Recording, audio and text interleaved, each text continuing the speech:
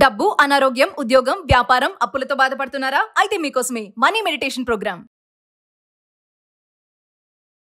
Hello నమస్తే, welcome to Suman TV. మనకి ఒడిశాలో ఒక బిఎడ్ చదువుతున్న స్టూడెంట్, 22 years స్టూడెంట్ తనకి తాను ఒక ఫైర్ సెట్ చేసుకుని, అంటే పెట్రోల్ వేసుకుని తగలబెట్టుకుంది. కాలేజ్లో ఇన్సిడెంట్ అనేది మనకి అక్కడ ఒడిశా కాలేజ్లో జరిగింది. దీనిపైన మరిన్ని వివరాలు మనం మాట్లాడదాము, మధు గారితో మాట్లాడి తెలుసుకుందాం. హలో అండి మధు గారు. నమస్తే మేడం. సో ఒడిశాలో ఒక BEd student, 22 year old student దేని కారణంగా అంటే తన teacher faculty sexual abuse, harassment చేస్తున్నాడనే రీజన్తో తను కంప్లైంట్ చేసి వెయిట్ చేసి వాళ్ళు ఎలాంటి యాక్షన్ తీసుకోకపోగా కాలేజ్ ప్రిమిసెస్లోనే తను పెట్రోల్ వేసుకుని తగలబెట్టుకుని అండ్ నిన్న నైట్ తను చనిపోవడం జరిగింది. Yes madam. సో ఇంకా మరిన్ని డీటెయిల్స్ మీరు మాకు దాని గురించి చెప్పాలి. తప్పకుండా మేడం. యాక్చువల్గా ఒరిస్సా బాలాసోర్ ఫకీర్ మోహన్ అనే ఒక బిఎడ్ కాలేజ్ ఉంది. ఓకే. ఆ బిఎడ్ కాలేజ్లో చదువుతున్న ఈ అమ్మాయి హెచ్ఓడి సెక్సువల్ హెరాస్మెంట్ చేశాడని చెప్పేసి ఒక ఎలిగేషన్. సెక్సువల్ ఫేవర్ అంటాం మనం దాన్ని. సెక్షువల్ హెరాస్మెంట్ వేరు, సెక్షువల్ ఫేవర్ వేరు.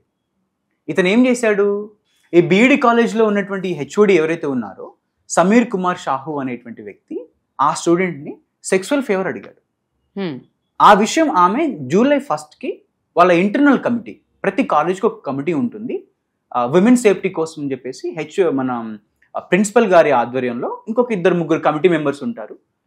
ఆ కాలేజ్ ప్రిన్సిపల్స్లో ఉన్నటువంటి వర్కింగ్ ఉమెన్ అయినా కావచ్చు, స్టూడెంట్ అయినా కావచ్చు, ఎవరికి ఏ రకమైనటువంటి సెక్షువల్ ఇబ్బందులు, ఎవరైనా సెక్షువల్ హెరాస్మెంట్ కానీ ఫేవర్స్ కానీ అడిగితే వాళ్ళు వెళ్ళి ఆ కమిటీకి కంప్లైంట్ ఇవ్వచ్చు.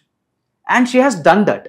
ఆ అమ్మాయి July 1st ఆల్రెడీ కంప్లైంట్ ఇచ్చింది.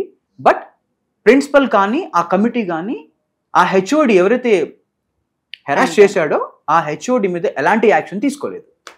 ఓకే. ఫస్ట్ ఎప్పుడన్నా స్టూడెంట్ అలాంటి కంప్లైంట్ ఇస్తే కాలేజ్లో ఆ కమిటీకి మనం ఎప్పుడైతే రిపోర్ట్ చేస్తామో, అంటే ఇలాంటి ఇన్సిడెంట్ జరుగుతోంది అని కానీ కంప్లైంట్ చేసినప్పుడు యాక్చువల్గా ఆ టీం ఏం చేయాలి? కమిటీ టీం మంచి క్వశ్చన్ అడిగారు. ఆ కమిటీ టీం యొక్క ప్రైమ్ రెస్పాన్సిబిలిటీ ఏంటంటే, ఎప్పుడైతే కంప్లైంట్ వస్తుందో ఆ కంప్లైంట్ని పట్టుకొని వెళ్ళి పోలీసు వాళ్ళకి ఇవ్వాలి. ఓకే. లేదంటే ఇంటర్నల్గా ఒక ఎంక్వైరీ కమిషన్ వేసి వాళ్ళు ఎంక్వైరీ చేసి ఆ రిపోర్ట్ తెచ్చుకొని ఎవరైతే తప్పు చేశారో వాళ్ళని ఫైర్ చేయాలి, ప్లస్ పోలీసు వాళ్ళకి ఇవ్వాలి. ఓకే. అండ్ ఇక్కడ ఓవరాల్గా ఏంటంటే, చిన్న హెరాస్మెంట్ జరిగినా కాలేజ్కి ఉన్నటువంటి యాజమాన్యము తన ఉద్యోగిని తీసేటువంటి ఒక పవర్ ఉంటుందేమో, కానీ అతని మీద ఎఫ్ఐఆర్ చేసి ఇన్వెస్టిగేషన్ చేసే పవర్ వీళ్ళకి ఉండదు. కాబట్టి వీళ్ళు అల్టిమేట్గా రీచ్ అవ్వాల్సింది ఎవరిని? పోలీస్ని.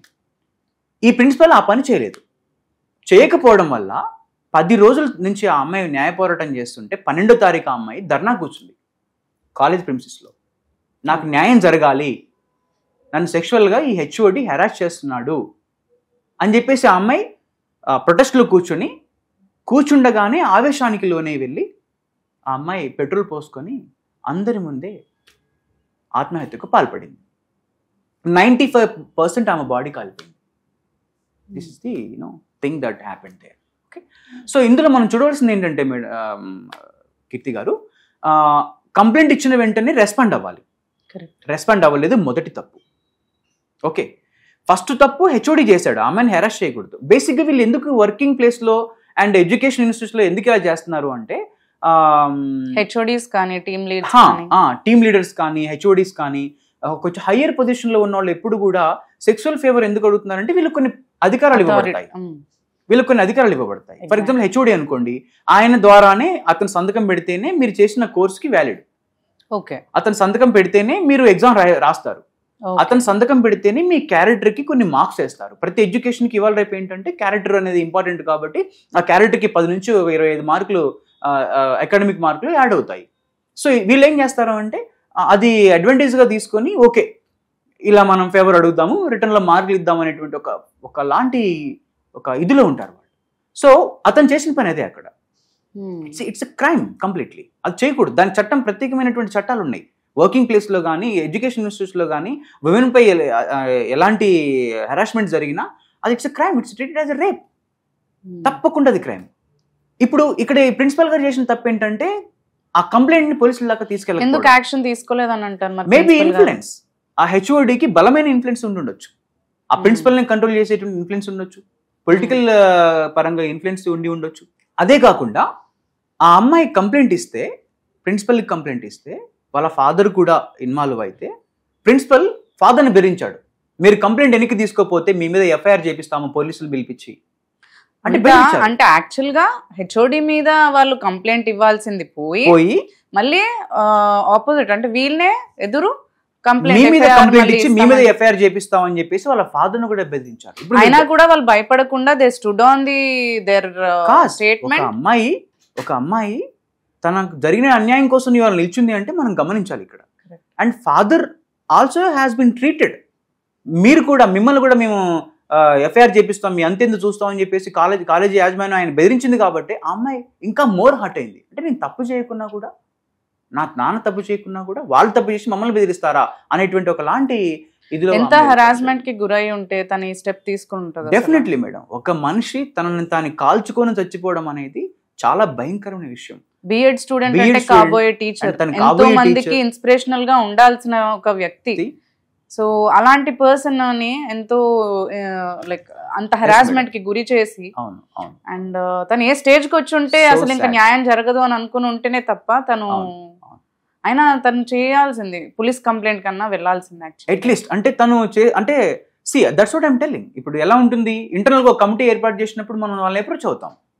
ఇప్పుడు మీరు వర్క్ చేసే ప్లేస్ లో మీకంటూ ఒక కమిటీ ఉంది, మీ బాగోగులు చూసుకోవడానికి విమెన్ సేఫ్టీ కోసం ఒక కమిటీ ఉన్నప్పుడు ఆబ్వియస్ గా మనం వీళ్ళ దగ్గరోళ్ళు కాబట్టి మనం అప్రోచ్ అవుతాం. Principal is the god of everything కదా. అంటే భయపడి ఉంటుంది అంటే వీళ్ళపైన ఉల్టా కేసు వేస్తామని, అంటే తిన క్యారెక్టర్ మీద ఏమన్నా కేసెస్ వేస్తామని. ఇప్పుడు ఎట్లా ఉంటుంది అంటే పోలీస్ దగ్గరికి వెళ్ళడం కంటే నా ప్రిన్సిపల్ దగ్గరికి వెళ్ళడం ఈజీ అనుకుంటారు ఎవరైనా. See principal is everything right. College లో ప్రిన్సిపల్ వాళ్ళు ఎవ్రీథింగ్ కాబట్టి ప్రిన్సిపల్ దగ్గరికి వెళ్తే నాకు న్యాయం జరిగిద్దని ఆ అమ్మాయి ప్రిన్సిపల్ దగ్గరికి వెళ్ళి ఆ కమిటీలో తను ఒక కంప్లైంట్ ఇవ్వడం జరిగింది. That is absolute right thing she has done. తనకి న్యాయం జరగక ఇలాంటి పరిణామం జరగాల్సి వచ్చింది అనమాట.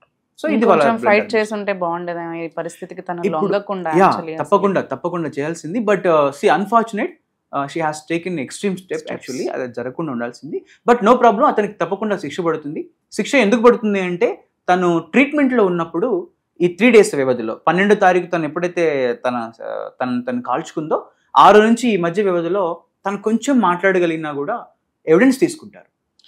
ఓకే, దాన్ని మనం మరణ వాంగ్మూలము అంటాము. మరణ వాంగ్మూలం అనేది చాలా పటిష్టమైనటువంటి ఒక ఎవిడెన్స్ అని చెప్పాలి. ఓకే, ఒక ఆధారం. ఎలా అంటే చనిపోతున్న మనిషి అబద్ధం చెప్పడం అనేది చట్టం నమ్ముతుంది బలంగా.